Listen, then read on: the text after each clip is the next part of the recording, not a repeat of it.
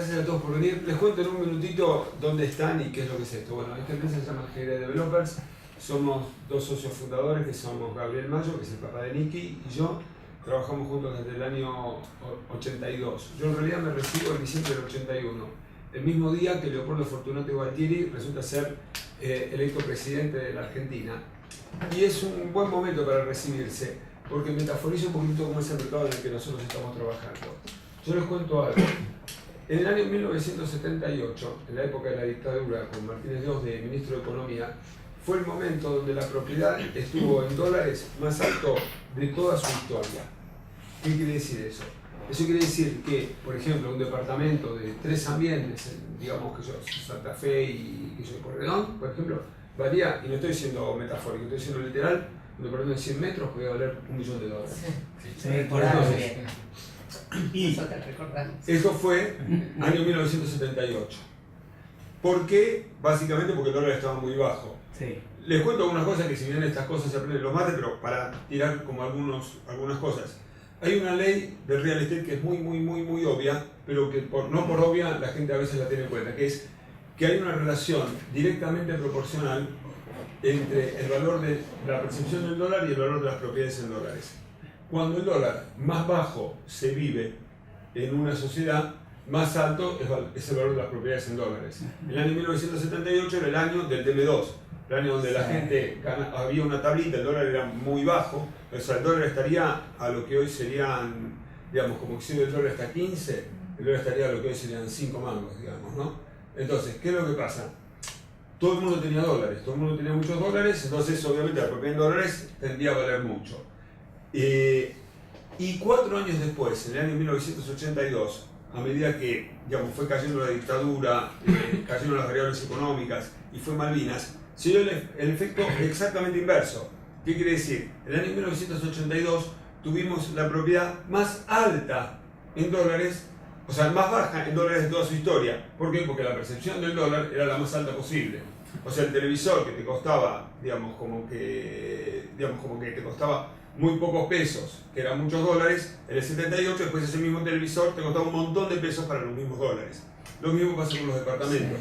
El mismo departamento que costaba $1 millón en el 78, por ahí valía 50 o 60 mil dólares en el año 82. O sea, no es un tema menor. Ahora les voy a contar una anécdota personal y después les voy a dar la conclusión. La anécdota personal, alguno por ahí la escuchó, si alguno me escuchó en alguna de las charlas en los Masters, es así. Nosotros somos de Quilmes, o sea, mi familia es de Quilmes, y mi papá tenía un local en la calle, en Lomas, en la calle La Prida. Le ofrecieron a mi papá en el año 1978 por ese local $4 millones, que era un local de 10 por 30, año 78, o sea, era una brutalidad de plata. Y mi papá dice, no lo voy a vender, ¿qué voy a hacer con $4 millones? Preguntaba eso, digamos, y lo terminó vendiendo en el 82 por 300.000. O sea que, ¿qué quiere decir esto? Varias cosas. Primero, que en todos estos ciclos hay grandes ganadores y grandes perdedores. ¿Quién fue el gran ganador en el año 1978? El que vendió todo lo que tenía. ¿Quién fue el gran perdedor? El que compró. Y viceversa. En el año 82, ¿quién fue el gran ganador? El que compró todo lo que podía. ¿Y quién fue el gran vendedor? El que vendió. Pero, ¿qué hacía la gente en el 78? En general comprar, porque los precios estaban subiendo. ¿Y qué hacía la gente en el 82? En general vender, porque los precios estaban bajando. O sea, todo al revés. Y encima vamos a darle un condimento más divertido. Por lo menos en el caso nuestro, entre que uno compre un terreno, hace un proyecto, construye el edificio y vende, pensando en edificios de 3.000 o 4.000 metros, uno tarda 4 años. O sea que en 4 años, que es el tiempo en el que todo lo que hoy tenemos pensado va a estar terminado, vendido y realizado, te puede cambiar la regla de juego del mercado en el que vos estás de modo dramático y absoluto. O sea, vos pensás el tipo que compró un terreno en el año 78, construyó un edificio y lo vendió en el 82, recuperó la 20ª parte de la plata que puso. Y vos pensás al revés, el tipo que tenía un edificio en el 78 lo vendió, esperó 4 años y en el 82 pudo construir 10 edificios. O sea, estos movimientos no son necesariamente malos o necesariamente buenos, sino que son movimientos, todo quilombo tiene grandes ganadores y grandes perdedores.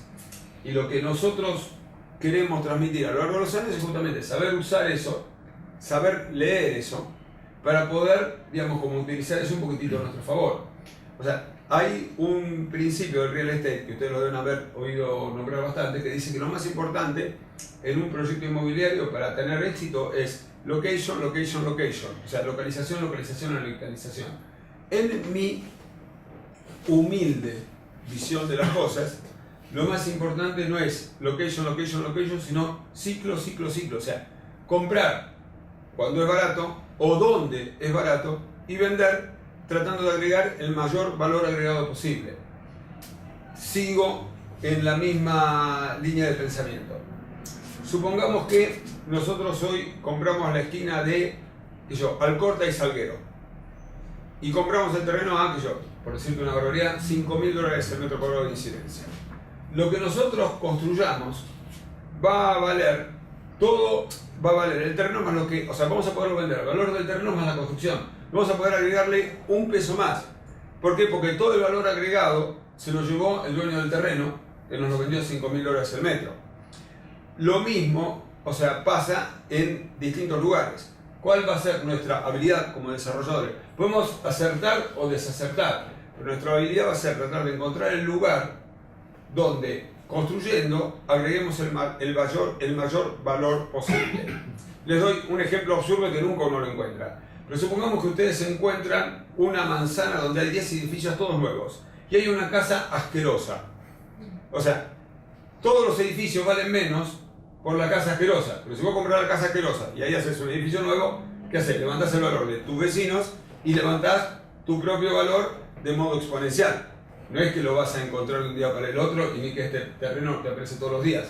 Pero para saber un poquitito por qué lado nosotros tenemos que mirar. Les doy un poquitito más de teoría, muy poquito, y empezamos a trabajar. ¿Cuál es la diferencia? O sea, nosotros somos desarrolladores inmobiliarios. Mirta, por ejemplo, ¿y tu nombre cuál era? Sergio. Y Sergio son brokers inmobiliarios. ¿Cuál es la diferencia, aunque les parezca esto de perogrullo, entre, o sea, dónde gana en términos de mercado un desarrollador inmobiliario y dónde gana en términos de mercado un broker inmobiliario? Un desarrollador inmobiliario gana cuando hay una diferencia entre lo que cuestan las cosas y lo que se venden las cosas. Fácil. Si un terreno cuesta 10 y la construcción cuesta 10, total 20, tenés que vender a 22, 25, 30. Pasa en muchos mercados que el terreno vale 10 y la construcción vale 10 y en lugar de vender a 25 vendés a 15. Pasa en muchos mercados y en distintos momentos. Por ejemplo, en la década del 80, la famosa década complicada, en la década del 80 no hubieron desarrollos inmobiliarios. ¿Por qué? Porque un departamento terminado costaba más barato que lo que te costaba construirlo. Entonces, esos mercados son mercados que yo llamo mercados debajo del agua, que son los mercados donde uno nunca tiene que construir. Entonces, para un broker, o sea, para un desarrollador inmobiliario, lo importante es que si yo construyo a 10 y el terreno me cuesta 10, pueda vender a 30 o a 25. O sea, que haya margen entre lo que no me importa si el mercado me compra caro o me compra barato. Lo que importa es que me compre con margen. ¿Ok? Eso es el desarrollador inmobiliario. ¿Qué le importa a un broker inmobiliario? Algo totalmente distinto. Al broker inmobiliario lo que le interesa es que el valor que la gente pide por las propiedades sea parecido al valor que la gente está dispuesta a pagar por las propiedades. O sea, que las puntas estén cerca. No importa si es caro o si es barato, le da lo mismo. No importa si el mercado está subiendo o está bajando. Lo importante es que el precio de las propiedades de los tipos que quieren vender sea parecido al precio que está dispuesto a pagar la gente cuando compra. Les voy a dar un ejemplo cuando no es así. En general esto no es así cuando el mercado viene con bruscas variaciones. Por ejemplo, vos tenés un mercado donde una casa varía 10 pesos. Por devaluación, por lo que sea, por caída del mercado, la casa pasa a valer 5. El dueño de la casa se va a quedar con la idea de que la casa vale 10. Si el año pasado me dijeron que valía 10. El que compra, que está siguiendo los números todo el tiempo, no, esto vale 5. O sea, yo no pago más de 5. En esas épocas, si te dedicas a hacer broker inmobiliario, andate a otro país. Porque en ese país no vas a vender nada. Por ejemplo, España. España, en el año 2008-2009, a consecuencia de la crisis de Estados Unidos, tuvo una baja notable en el precio de la propiedad. La propiedad se desvanece. Entonces, ¿qué es lo que pasó con España cuando la propiedad bajó? Que los dueños de los departamentos seguían pensando que valían el precio de antes de la caída. Mientras que los tipos que compraban los departamentos decían, no, pará, esto está hecho un desastre, yo voy a hacer valer mi plata. Entonces, ¿qué es lo que pasa? Nadie compra, nadie vende. Otro ejemplo, hoy, Punta del Este. Punta del Este bajó un 30% de valor en los últimos 4 años. O sea, el departamento que valía $300.000 hoy vale $200.000. Pero el dueño del departamento, y aparte en Punta del Este, que es una propiedad que vos en general es suntuaria y no necesitas, ese tipo no va a vender por menos de 300.000. El que quiere comprar dice, acá los departamentos valen 200 lucas, yo más de 200 lucas no pago. Con lo cual hay muy poquitas operaciones. Entonces, ¿qué te aconsejo yo si vos vendés departamentos en Punta del Este? Que te dediques a hacer otra cosa aparte, porque departamentos en Punta del Este vas a vender muy poquito, hasta que pasen dos cosas. O bien, a que la propiedad recupere el valor. Tráele una silla. Hola, bienvenido. Hola, ¿qué tal? Gracias. ¿Cómo estás? Entonces, pueden pasar dos cosas. O que el mercado recupere, o que los dueños, después de una crisis muy larga, bajen. Otra opción, que también a veces pasa, es lo que pasó en Miami en el año 2007, 2008, 2009. ¿Qué es lo que pasó? La propiedad descendió, y descendió muy bruscamente. Sí. Teóricamente íbamos a tener un mercado que durante muchos años no iba a haber movimiento de propiedades. Pero ¿qué es lo que pasa? Los norteamericanos, al mismo tiempo que bajan la propiedad, bajan el valor de los créditos. Entonces, como toda la propiedad está endeudada, vos tenés un departamento que valía 10 pesos y te dicen vale 5. Pero vos por ese departamento debías 8 y el mercado te decía, el banco te decía pagame 4. Entonces, a partir de ese momento, se dan dos cosas que, al contrario, fomentan el fenómeno del broker inmobiliario. O sea, todo lo contrario, la gente empieza a decir, uy, a 4 podemos comprar. Pero la gente empieza a comprar y la gente dice, pago mi crédito, vendo. Y eso fue lo que generó que la propiedad se recupere tan rápido. Ahora, dada esta introducción, vamos a ver un poquitito en qué panorama estamos actualmente, qué es lo que nos pasa y cuáles son las decisiones que nosotros fuimos tomando. Bueno, en relación a todo esto que nosotros fuimos tomando, nosotros en estos años fuimos buscando distintas oportunidades inmobiliarias en lugares donde nos parecía que nosotros teníamos todos los proyectos que hicimos nosotros en los últimos 4 años, los hicimos con 2 criterios. Primer criterio, construir en algún lugar donde nosotros sintiéramos que podríamos agregar valor con nuestro producto. O sea, un lugar que no valiera y que si nosotros, o que valía menos, y que si nosotros construíamos lo íbamos a hacer valer un poquitito más. Esa es una opción. La otra opción era que las condiciones de adquisición de la tierra fueran claramente ventajosas. ¿Qué quiere decir claramente ventajosas? O un canje de metros, o un valor muy barato, o alguna asociación con el dueño de la tierra. Con esas condiciones nosotros encaramos los distintos proyectos que fuimos encarando, que se los voy a mostrar un poquitito si se van dando vuelta. Se los muestro medio rápido, pero bueno. Primer edificio que les voy a mostrar. Este edificio queda en Perú, entre Cochabamba y Garay. Lo terminamos hace muy poquito. Es un edificio que queda en San Telmo. Les voy a hablar un minutito de... Ya vieron la foto, si quieren, les cuento un poquitito de San Telmo. San Telmo es un área de la ciudad que tiene 1000 ventajas, pero algunas desventajas. La ventaja que tiene San Telmo: primero, está cerca del centro, tiene muy buena conectividad con la zona sur, está al lado del Puerto Madero, tiene muy buenos transportes, porque está cerca del subte, cerca del colectivo, cerca del tren, cerca de todos lados. Tenés universidades cerca. Y aparte es un lugar con algún prestigio remoto de la ciudad, porque si vos haces un tour a la ciudad de Buenos Aires, sos un extranjero y estás un día en Buenos Aires y tomas un tour por el único lugar de la ciudad donde seguro vas a pasear es por San Telmo. ¿Ok? Ahora, todo eso es lo bueno. ¿Qué es lo malo que tiene San Telmo? Tenés casas tomadas, tenés una delincuencia importante, tenés mucha marginalidad, tenés un patrimonio edilicio muy choto. Entonces, vos un tipo le decís, vamos a mudarnos a San Telmo, lo piensas 2422 veces. Pero, dados los factores A, digamos los que nombré primero, nos pareció que valía la pena hacer como un edificio en San Telmo. Empezamos con un edificio más o menos grande, que es este que estamos acá, que es Perú, entre Cochabamba y Garay. Son 7.000 metros cuadrados vendibles, esos son 120 departamentos aproximadamente, departamentos de 1, 2 y 3 ambientes, y le pusimos cosas al edificio, o sea, le pusimos piles, le pusimos Zoom, le pusimos gimnasio, o sea, lo pusimos lindo. Y aparte, la tierra la compramos al valor de San Telmo, o sea, con 200 y algo de $250 más o menos el metro cuadrado de incidencia.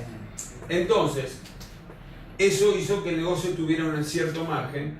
Y una decisión que tomamos, después de habernos equivocado en otros edificios, que fue el primer edificio que empezamos a vender en pesos. ¿Qué implica vender en pesos? Es vender en pesos con Cámara Argentina en la construcción. Entonces, ¿qué es lo que pasó? Nos liberamos de los vaivenes del dólar. Si vos vendés en dólares, cualquiera de los que están desarrollando, los que están pensando en desarrollar, están apostando. Y es una apuesta que te sale mal si el dólar se queda quieto y mal si el dólar sube mucho. ¿Por qué? Porque si el dólar se queda quieto, la gente te paga los dólares y no tiene problema. Pero si el dólar sube mucho, la gente te va a venir a renegociar. Al otro día te va a decir, bueno, o te va a venir un abogado que te va a decir, usted vendió en dólares y la cláusula de imprevisión, más qué sé yo. Claro. Entonces, o si aparecen, por ejemplo, $2, digamos, la gente te va a pagar con el dólar que menos te convenga. A nosotros nos pasó que habíamos hecho un edificio en la calle Beruti y Oro, y cuando teníamos que cobrar el 50% de lo que habíamos vendido en dólares, después de haber aguantado el dólar quieto y el dólar subió, la gente me pagó todos dólares oficiales. Entonces yo digo, ¿qué situación legal tengo? Y alguien me comentó, mira, IRSA, todos los contratos que tienen dólares los está cobrando en dólar oficial. Si IRSA, que tiene un regimiento de abogados, está cobrando en dólar oficial, ¿yo para qué voy a pelearme contra estos tipos? Se me van a hacer puré. Entonces directamente resignamos que un edificio donde pensamos que íbamos a ganar un montón de plata, terminamos perdiendo un poquito, pero bueno, terminó y aprendimos. En Perú vendimos con dólares, con pesos ajustados con Cámara Argentina de la Construcción, y nos fue bien por las dos cosas. Nos fue bien porque elegimos un producto que realmente el edificio lo hizo subir de valor. Una cuadra que era muy fea, ahora pasó a ser la cuadra del edificio, digamos, en alguna medida. Y por el otro lado, también nos funcionó bien por el hecho de vender en pesos. Entonces la Cámara Argentina de la Construcción nos levantó bastante eso. Pasamos a... Una pregunta Sí. que hago. ¿Y después pudiste comprar terrenos aledaños? No mucho, menos de lo que nos hubiera gustado, pero ahora te voy a contestar esto dentro de un ratito contándote los otros proyectos. Claro. Bueno, Holmberg 2350. Les cuento dónde queda esto. Esto queda en el barrio Parque Donado Holmberg. Les cuento lo que es el barrio Parque Donado Holmberg. Es un lugar donde en algún momento hubo una autopista y donde después iba a ir una autopista, después se armó, o sea, se tomaron todas las casas, son 13 manzanas, que serían Donado Holmberg entre Avenida de los Incas y Congreso, Sí. y las casas se demolieron en parte, todo eso se convirtió en una zona de delincuencia y de marginación, o sea, como que cortaba, Belgrano Erro terminaba en Plaza y Urquiza empezaba en Miller o en Lugones. Esas cuadras pasaron a ser una especie de pequeña villa de emergencia entre Donado, Holmberg, Avenida de los Incas y Congreso. Y nosotros siempre vimos en ese lugar un potencial inmobiliario. El gobierno de la Ciudad de Buenos Aires decide lanzar una serie de licitaciones y bueno, nos empezamos a anotar en las licitaciones. ¿Qué tenían las licitaciones? Te daban un promedio de venta de terrenos alrededor de los $500 el metro cuadrado de incidencia. Hicimos un cálculo que rápidamente en esta zona íbamos a poder vender alrededor de $2.200 el metro cuadrado. El número nos daba margen y aparte porque nos gustaba sentirnos un poquitito pioneros dentro de un área. Con ese sentido nos presentamos a las licitaciones, ganamos algunas, perdimos otras y hicimos 2 edificios y ahora estamos haciendo un tercero. El primero que hicimos fue este, Holmberg 2350, son 40 departamentos de 2 y 3 ambientes. Y después hicimos este, que es Holmberg y Blanco Encalada, se llama Ramblas Boulevard, que son 70 departamentos, también 1, 2, 3 y 4 ambientes, con locales abajo. Fíjense la calidad urbana que tiene este lugar, porque tenés una vereda de 20 metros y toda una construcción uniforme de varios pisos, de 4 pisos más un quinto retirado. ¿Cómo nos fue en ambos proyectos? Nos fue bien en los 2 proyectos. O sea, también ya estábamos en la metodología de venta en pesos, entonces como que fuimos ajustando por cámara. Pero acá tuvimos un problema, que fue la competencia de nuestros vecinos, porque era una zona donde se lanzaron junto con las nuestras 20 obras más.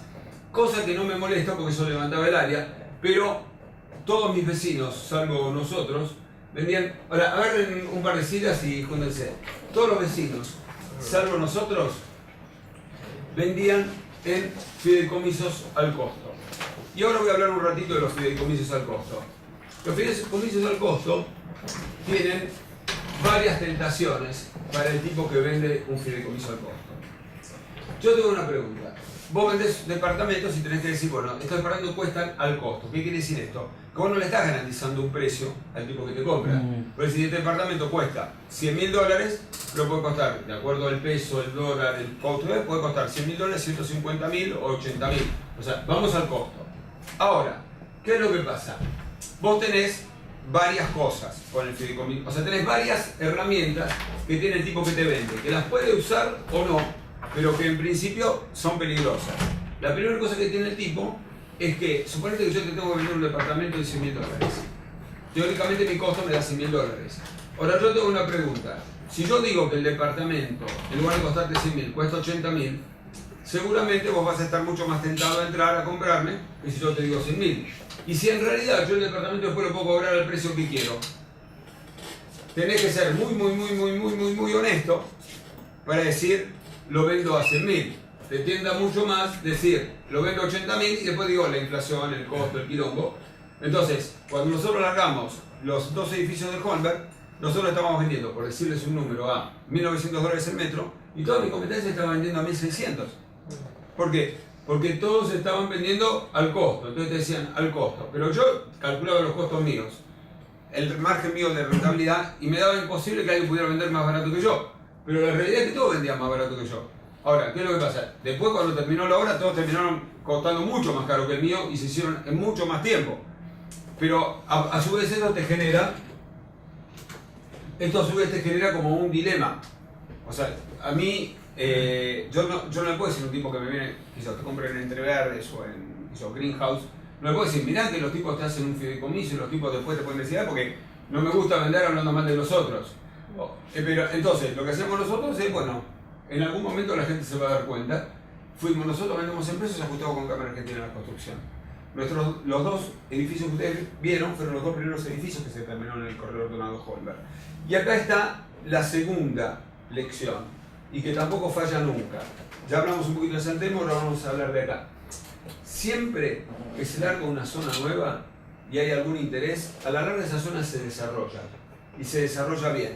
Lo que no sabes es cuándo. A veces el tiempo no te juega a favor. Pero fíjense, el Parque Patricios hoy, que la propiedad multiplicó por 3 o por 4 en todo lo que es el distrito tecnológico del Parque Patricios. 3 o 4 mínimo. ¿Okay? El corredor Donado Holmberg multiplicó el precio de la propiedad un 50% a valor constante. Es muchísimo. ¿Okay? Y los terrenos, digamos, los que se vendían a 500, los últimos se vendieron a 700, 750.